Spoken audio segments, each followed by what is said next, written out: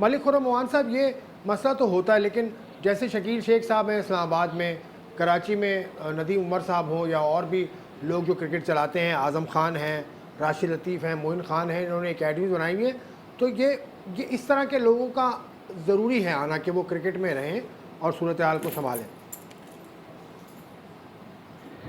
जी, पहले मैं आपकी इजाज़त चाहूँगा, जैसे अभी फ़ुटबॉल का डिस्कस कर रहे थे, आपके इस हवाले से एक मैंने आपके साथ एक न्यूज़ भी शेयर करनी थी, जी जी अगर आप इजाज़त जी दें जी तो। जी जी जी प्लीज़। आपको पता है कि बलूचिस्तान के जो एक्टिंग स्पोर्ट्स मिनिस्टर हैं नवाबज़ादा जमाल जी रईसानी जी साहब जो हैं, जी जी वो आपको पता है कि थाई के वो जूनियर के प्लेयर भी हैं नेशनल टीम के, और वो इस वक्त मिनिस्टर भी हैं पाकिस्तान के।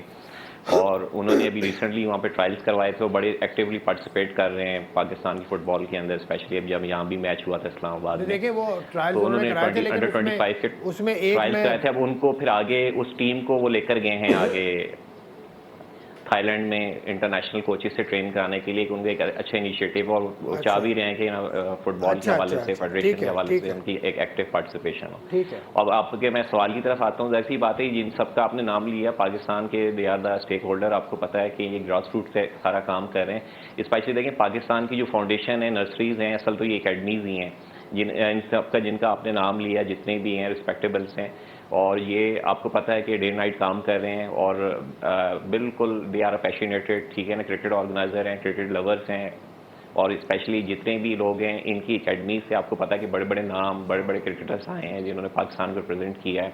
और स्पेशली देखिए ये क्लब क्रिकेट की तरफ बहुत ज़्यादा पार्टिसिपेट करते हैं। क्रिकेट बोर्ड में जैसे आपको पता है फजल महमूद क्लब क्रिकेट जी चैंपियनशिप जी होती जी थी 2 साल मतलब ऐसे लगातार लोगों की हुई, और ज़रूरत आपको है ना, पता है ऐसे थोड़े लोगों से। की ज़रूरत है डिप्रेशन से बचाने के लिए जी बच्चों बिल्कुल। को। यही मेरा मकसद था।